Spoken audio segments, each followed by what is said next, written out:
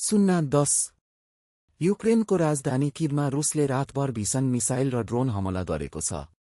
यस आक्रमणमा कम्तीमा 13 जनाको ज्यान गएको छ भने दर्जनौं घाइते भएका छन्। 10:01 रुसले किभलाई लक्षित गरी ठूलो संख्यामा मिसाइल र ड्रोन आक्रमण गरेको हो। युक्रेनी अधिकारीहरूका अनुसार बालबालिका पनि हताहत हुनेहरूमा सामेल छन्। आवासीय भवनहरू र महत्त्वपूर्ण पूर्वाधारमा क्षति पुगेको छ। युक्रेनी वायुसेनाले रुसले 74 वटा मिसाइल र 496 वटा ड्रोन प्रहार गरेको जनाएको छ।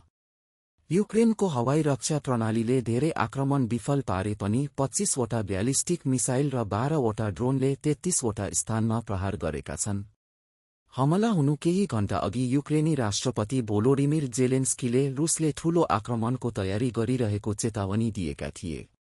रुसले भने युक्रेनले गरेको पछिल्लो आक्रमणको जवाफमा ऊर्जा केन्द्रहरूलाई निशाना बनाएको दाबी गरेको छ।